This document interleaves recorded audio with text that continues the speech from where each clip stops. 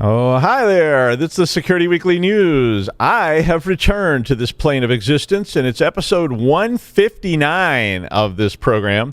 Welcome to the week of 17 October 2021. Very autumnal today in New England. Sinclair, Ransomware, Angry Governors, ISC-squared, Tian Fu, fake government sites, and robot umpires. All this and Jason Wood on the Security Weekly News. This is Security Weekly, for security professionals, by security professionals. We interrupt our program to bring you this important message. It's the show that keeps you up to date on the latest security news twice a week. Your trusted source for accurate security information and expert analysis. It's time for Security Weekly News. Every 11 seconds, there's a new ransomware attack. Oil pipelines, universities, corporations, all paying millions of dollars. Barracuda says, don't pay the ransom. Before a ransomware attack occurs, train your teams to recognize an attack and use anti-phishing technology. Protect your applications, and they can't get onto your network. Simple backup and restore solutions quickly recover your data without paying the ransom. Build your ransomware protection plan now by visiting securityweekly.com/Barracuda. That's securityweekly.com/Barracuda. All right, right off, special thanks to the sexiest man to ever wear a tutu in the UK, Aaron Spicy Pants Leyland, for filling in for me while I was traveling. Thanks, Aaron. All right, Sinclair Broadcast Group, which pretty much owns every local TV station that still exists in the United States, I think, suffered a major ransomware attack on Monday. The attack spread across the company and knocked out local affiliates and advertising all across the company space. So the group released a statement saying that data exfiltration had occurred and that operations were disrupted. Some of the 294 affiliates were literally reading the news off printed scripts since pretty much literally everything, including their teleprompters, were not working. All the stations apparently in this conglomerate are connected via an Active Directory domain or domains. They didn't say if it was like one big domain or it was like one big happy flat network, or there were, they at least had other domain dividers in there. They did manage to maintain their master national feed network, so their national programming level stuff that they send to their affiliates was isolated, and it did stay up during the outage. They did not reveal what the ransomware was or which threat group conducted the attack as yet, so there'll probably be more on that pretty soon. Speaking of ransomware, I haven't reported any of these ransomware stories in a while, but there were several this week that should remind us to remain vigilant. Israel's National Cyber Directorate, which is called the INCD, urged everyone to work on their defenses after a hospital in Israel was taken out. The INCD released indicators of compromise that were related to this particular case to help other people look for similar attacks. And there's links to that in the article if you're interested in reviewing. The warnings focused on email and VPNs and specifically mentioned outdated servers. So I'm guessing this is another patching issue. Sounds like some of the stuff we've been reporting a lot. Again, in this story, they also did not say what ransomware was used, but just fair warning, and that everyone and everything is fair game in the ransomware business. So don't think just because you're a vital service provider, they will pass you by. Hospitals, and I had to go to one last week with my mother, are indeed vulnerable. Nothing in particular I saw there that made me think that they were vulnerable, but a lot of equipment, plugs, connections, Wi-Fi, Bluetooth, and people who were very distracted trying to keep other people alive, tend to distract from what people are doing on site and remotely, so be vigilant. This is a really annoying story that really sort of bothered me this week. It's another one of these... Oh, excuse me. No, I don't have it. Well, I might. Ha! But you're not here, so it doesn't matter. It's just the crew. Sorry, guys. It's the Red Death. But anyway, this story really bothered me because I started seeing this story the other day, and I was really frustrated with the whole thing. But it's a pretty classic example of stuff we've all seen before. The governor of Missouri, whose name is Mike Parson, went after a journalist who reported that over 100,000 Social Security numbers were exposed on the Department of Elementary and Secondary Education site in Missouri. Now, to anyone who bothered to ask a question, and hey, local officials, call us. Most of us would be willing to answer your questions. Seriously, when you get this stuff, maybe check into it a little bit before you overreact. But instead of calling someone and asking some simple questions, the governor immediately jumped on some sort of Shakespearean monologue rant to basically call down the wrath of whatever they worship in Missouri on the newspaper and hackers. And yes, that's in air quotes. He called all these people hackers, and he claimed, that whoever conducted this heinous act worthy of Ernst Stavro Blofeld, it was just kind of like over the top, in my opinion. Now, I read this and I started immediately thinking there's probably some of this red team, blue team stuff going on in the background. Being the suspicious sort and all, but still, come on. The governor said, quote, an individual access source code, and then went a step further to convert and decode that data in order to obtain Missouri teachers' personal information. The data was not freely available, and by the actor's own admission, the data had to be taken through 8 separate steps in order to generate a Social Security number. Now, the newspaper said in their story, which has apparently been taken down, because I had a link to that story I saw the other day, and that link was no longer there. So I'm guessing because they're being prosecuted, they took the story down or something. But the newspaper said they were able to see the data in the HTML page source code, and that they had notified the state of the matter. And then they delayed publication of the story to give them time to secure the data before they ran it. Now, I'm not an attorney, but it seems like you might want not to call down the fire on someone who tried to help you out, since they may not do that next time. They may just run the story and say, oh, there you go, Governor Hardass. Thanks a lot. But anyway, I'm guessing there's politics involved. This is another one of those things where, people are being called hackers that really just hit F12 and looked at the page source in Chrome and saw, stuff there. I don't know all the grim details. They haven't put all that out there yet, and they took the original story down. So, I don't know. ISC-squared announced that it will pilot new entry-level certs alongside all the other certs that they offer, like the CISSP. The CISSP, if you're not familiar with it, requires years of work experience. I think it's 3. I haven't looked lately, but I think when I took it, it required 3 years of work of documented work experience in one of their domains. And I've always thought it was a mid-career cert. They called it like 10,000 feet high and an inch deep or something like that. So it's a pretty broad cert, but it's required for a lot of jobs. And I think in the last few years, that's been trickling down into the entry-level space. And because I've had students ask me, like, how do you get a CISSP? And I'm like, well, do you have 3 years of work experience? And they're like, no. And I'm like, and I'm looking at these entry level jobs, and they're like requiring, CISSP, and I'm like, this is stupid. But so it looks like ISC-squared is trying to put something together to create entry level certs. But whether you like it or not, a lot of students and employers want entry level certifications. To me, it's a good idea because it gives employers other guideposts instead of some wacky transcript that says cybersecurity 1010, which could mean anything from how to use Excel to advanced malware coding, depending on the school. And I've seen that kind of diversity in, low-level cybersecurity classes.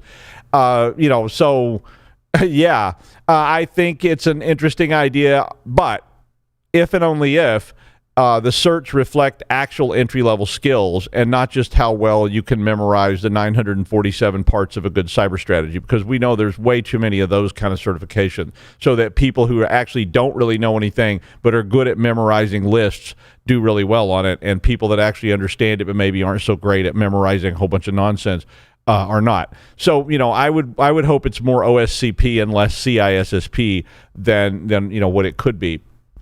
I've always used an industry board in my curriculum to try to help me decide what skills we should be teaching. So, I actually want to bring in people like you that are listening and have them come in and tell me, what do you want people to know when they graduate? And have them come up with a list of skills. So hopefully ISC-squared did that kind of homework. They came up with a list of skills employers want most, and then they figured out a way to test for those skills. I will believe it when I see it, though, but I do think it's a good concept. I mean, if you're an accountant, you get your CPA, which has a list of requirements in order to take the exam, and so the schools try to teach those requirements, and you still have to have work experience to get your CPA, but you could take the test whenever you graduate from a program that's been approved. So if ISC-squared can put together something meaningful, it would be nice. On the other hand, if it's just a big memorization test, then it'll probably be worthless, but, well, they may make money off of it, but it probably won't help much. Twitter has squashed 2 accounts, at Legal1990 and at ShiftRow13, which were both used in targeted attacks on security researchers. Those accounts have been associated with North Korea and were used to get the researchers to download malware. Tag was the group that found this from Google, and they found the campaign running all the way back in January. The campaign focused on essentially dangling the lure of 0 days and other research to sway researchers with collaboration opportunities. Now, I don't know if you've ever been involved in research or faculty or anything like that, but let me tell you, toss out some big publishing opportunity to a bunch of faculty members, and they will be on it like seagulls on a French fry in the casino parking lot in Atlantic City. That was kind of vivid. I was going to say ravens fighting over a severed hand, but I thought it would be too graphic. But then I guess I said that anyway. Oh, well. Anyway, it's nice to see Twitter canceling these accounts, but be very wary. Twitter accounts are like ravens. There's always going to be a few more on the way to seek out any severed hands that may be laying around. And, but my paranoia pays off. Maybe that'll be an entry-level cert, like paranoia and cynicism will be like a section on the entry-level cert exam. That's not a bad idea. ISC-squared. Pay attention here. The Tian Cup, which is China's answer to Pwn to Own, provides teams the opportunity to earn rewards for vulnerabilities in widely used software. In this latest round, the teams and individuals managed to hack this following list: Windows 10, Ubuntu, iOS 15 on a iPhone 13 Pro, so the newest stuff, Exchange, Chrome, Safari, Adobe Reader, Parallels Desktop, QEMU, say it's not so. I love QEMU. Docker, no. VMware ESX, come on. VMware Workstation and Asus routers were all hacked. Yeah, so these people are pretty good.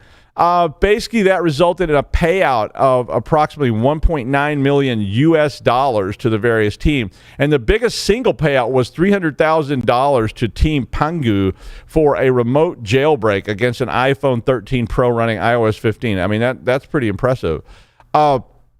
Interestingly enough, China passed a law in September that basically says that any citizen that finds a 0-day or other type of vulnerability must turn it over to the government. They can no longer do whatever they want with it. And so basically, if you don't turn it over, you've committed a crime, which is a serious thing in China. And they can only provide information about the vulnerability to the manufacturer of the product. Tian Fu is a reference to Sichuan province. That's what the two characters can be interpreted to mean. But I also think they can mean the promised land. So I found a reference in a book to Tian Fu being the promised land. So I was trying to see what maybe the name of the contest meant. And the promised land sounds like a kind of an interesting name that would be kind of Chinese in nature. I don't know why it would be related to Sichuan, but anyway. The FBI issued a warning to the U.S. public that threat actors are actively using fake and spoofed unemployment benefit websites to gather financial and personal information. And I think we did know that, but the FBI is reiterating that this is going on. The sites are typically mirrored or very closely resembling actual state and federal websites that are used for unemployment benefit. So it's kind of hard to spot unless you look at the URLs carefully. And even if you do, if you look at the list they published of URLs, they're going to be tough for a lot of people to spot. The FBI released 385 sites, which they said are fake info collection pages. Many of them are active. One of the ones I just picked out because it looked like something people would have a tough time spotting is like marylandgov.xyz. And, and there was a lot of stuff like that. So a lot of people are going to glance at it. They're going to see Maryland Gov, and they go, oh, yeah, it's a legitimate site, if they even look at all. I think this article is pretty accessible to people, so it might be an article you want to hand to your people, or obviously you can write your own release about it. But I would guess that these are also being used to do things just beyond unemployment. So Social Security, military benefits, Veterans Administration, et cetera, have all been targeted with things like this. So you definitely let your people know that they really need to be careful where anytime they're doing any kind of financial information. I was in the process of buying a house, and we were being asked to put all kinds of information into a website. I got so paranoid. I was having to, like do shots of tequila just so I could calm down and do that. All right, next up. His racy novels are a staple of truck stops everywhere.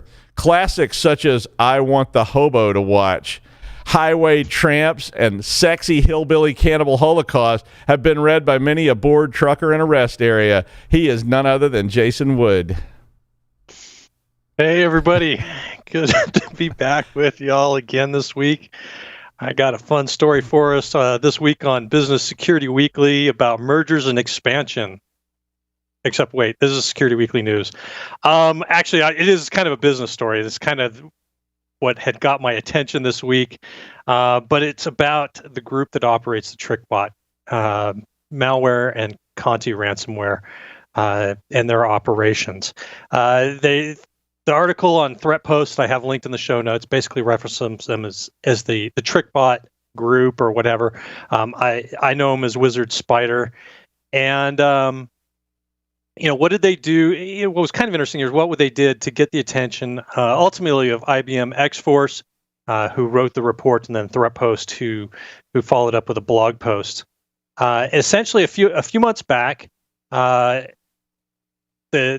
Wizard Spider and a couple of other groups signed, and they use the word signed, a couple of new affiliates to help spread their operations, and I assume improve their profit margins. IBM's report noted that the partnerships were formed back in June, maybe a little earlier, according to some things I read. But about that same time, they noticed an increase in the operations of the Conti ransomware, which they said that doesn't look like much of a coincidence. Looks like these groups have managed to pick up some speed on that. Conti ransomware is pretty nasty bit of ransomware. It's known for they've mentioned the Threat Post article about being deployed against hospitals even at the time of plague. So hooray for them. So what happened? Who are these players, and what are they about? Wizard Spider has been active for a really long time, for a number of years already. Their tooling is based around TrickBot, Conti, and the Bazaar Loader, which is basically a downloader to load up additional tools and get those executed on the host. The newcomers to this have been labeled Hive 016 and Hive 017. I don't know exactly what those would map to somewhere, but apparently they've been around for a while. Hive 106 is 016 is known as a spam gang. Basically, their preferred technique is to go in and, through whatever they've built, to interject themselves in and hijack existing email threads and kind of insert themselves as the original poster of it, and then get people to download a zip file that has a password on it, get people to open that up, and inside you got an HTA file or an HTML application, and that delivers TrickBot, Bazaar Loader, which is frequently followed on with Cobalt Strike, and then they move on to do whatever they can to steal information and whatnot. And now, obviously, going to leverage that to do things like deploy Conti ransomware. Hive 017 is a bit interesting to me because they were a bit of a competitor to Wizard Spider. They had their own Trojan that they named Iced ID. And here's a phrase that kind of caught my attention in the Threat Post article about this switch to using TrickBot. It, meaning the Hive 017, it switched horses to TrickBot in May and used its patented contact form distribution method, end quote. Now, a patented contact form distribution methed. What does that mean? Where do you go to patent something like that? I mean, I could just picture the patent application saying, hey, the idea behind this has got to be new and novel. So, some kind of new way nobody's ever done before to use contact forms to distribute malware that basically, gets downloaded and executes, and then we can, turn around and pivot and rob the victim blind. But don't worry, we'll follow up and with them and contact them so that we can get payment from them. Imagine some patent reviewer looking at this and going, yeah, that looks legit. What the heck? Let's give it to them. What's the name behind this? I don't know. Pwn Them All, Inc. We don't have a real address or phone number or anything like that. But the money transfer cleared, so what the heck?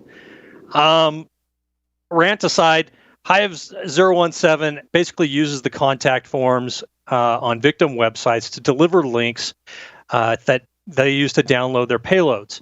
And the messages that go along with this are typically used to threaten some kind of legal action, some kind of copyright infringement or something like that, to try and scare the person who's receiving this into taking the actions on it. And honestly, I've talked to folks who have been tricked by this type of routine. It plays on fears they have. Sometimes it hits on things that maybe are related to them or that they happen. I remember one person that got one saying it was a problem with their bank transfer that right after they did some transfer, so they freaked out and responded. Either way, the victims get flustered and they fall for it. In this particular case, Hive017 likes to use a zip file. Again, this one containing a JavaScript file that is basically the bazaar loader. They execute that, Cobalt Strike gets dropped on the host, and now they've got access to the victim's environment. Now, obviously, the idea of this partnership between already two very active groups with a third very active group is not something we want to see. Wizard Spider's been causing havoc with their attacks for a long time. I mean, TrickBot has just been constantly going through iterations, and it's like the malware that refuses to die because they keep coming back with new updates to it. It started off as a banking Trojan. Now it's much more featured. Conti Ransomware likes to do stuff like go in and destroy your backups and threaten the release of data that they stole in the process of doing the intrusion in case you feel like restoring from backup. So, it's kind of a double way of extorting you. Instead of one group deploying this stuff as fast as they can, now we've got 3 of them up and running using different mechanisms to deploy the malicious software. All of these folks are very experienced at what they're doing and working on at scale. So at the end of the day, obviously this is about groups of people who have no morals about stealing and victimizing people and want to make money. For Wizard Spider, obviously this still makes perfect sense. Hey, we've got the tools, we've got the infrastructure, all this other stuff. Let's just make it as a service, and we'll bring in affiliates and let them do it, and then we'll take a cut of that, and we're earning money while we sleep. That sounds pretty good. There are still some risks for them. I mean, what would Wizard Spider do if, let's say, Hive107 hits a victim that causes too much damage and causes some kind of political fallout? The Revo Group, for example, or Pinchy Spider, as I know him as, ended up going quiet for a couple of months after the Kaseya hack because it caused such a kind of diplomatic mess for a little bit there. And they started to kind of come back here a little bit. But they went dark pretty fast after that. Wizard could find themselves in a similar spot as one of their affiliates goes off and does something that they might be like, that was a bridge too far, guys. The group itself, I mean, they could be targeted even more because they get to be more prolific. They've had instances of developers of the Conti ransomware, for example, being arrested when they go to other countries. Either way, the mergers and acquisitions team of Wizard Spider has managed to convince the management of the payoff here, and the e-crime business continues to roll on. There's money to be made, and everybody wants to grab that cash with both hands and make a stash. And this is just kind of another iteration of that. Thank you, Jason. Always proud to hear a Pink Floyd quote work its way in there. And I figured you were going to get that. And I can definitely tell you that some patent clerk just rubbers. They looked at it, and went blueprint, check, item, check, name, check, fee attached, check, approved. They approved the electric chair. So it has a patent. So I'm sure. Anyway, thank you, Jason. And finally, now if you know me, you know I don't do sports. I don't know the spread on the Denver Buckaroos versus the Omaha Fangirls or anything like that. Although if there were more teams called Wizard Spider or something like that, I might be more interested. But baseball is all about statistics. I mean, you don't even have to watch the baseball games. You just do the math and you can predict the outcome. I mean, they really collect pretty much every single thing about every single action in that sport. And I had a consulting job once, so that was how I got that information. You want to know which side of his jaw the first base umpire puts his chewing tobacco on? Well, they do. Anyway, there's always been a controversy, though, about the official that decides if a pitch is in the strike zone or if it is a ball. So there's this kind of poorly defined space that's something like, below the hair of the beard and above the fifth stitch of the knee brace and the width of the shoulders of a guy named Bert in 1899, that this guy who's standing there is supposed to make a determination about, and he's supposed to see it somehow while looking over the shoulder of another guy who's squatting in the dirt and another one who's swinging a giant piece of wood at your head, all with some sort of, while you've got this mask on your face to try to keep from dying. So as you might guess, they're not very good at it. But it gives everybody a reason to fight, right? I mean, so is it valid? Is it invalid? And bad calls have changed the course of games throughout history and in tournaments and prizes and so forth. I mean, it's always been the case that people, usually the people who are angry about a bad call against them last night, argue that you should be using a robot AI to make the call. I mean, that would work, right? The robot could probably see the actual ball, which is coming in there at 90 plus miles an hour, apply the rules consistently, and make an accurate determination of the outcome. But other people, usually the people who benefited from the bad call, say, come on, it makes the game interesting and fun because it's random. But the league, Major League Baseball, has been testing just such an umpire in a minor league division or whatever they call it. The fans both love and hate the idea, and riots break out on both sides regularly. Me, personally, I kind of like the idea that everything is fair, that, it's like people aren't going, oh, come on, this guy is blind. But, I mean, who am I to question having nickel beer night on the same night as bat night in Milwaukee? Anyway, thank you, Jason. Thanks for joining us today on the Security Weekly News. We can win this thing. Please get your shots, really.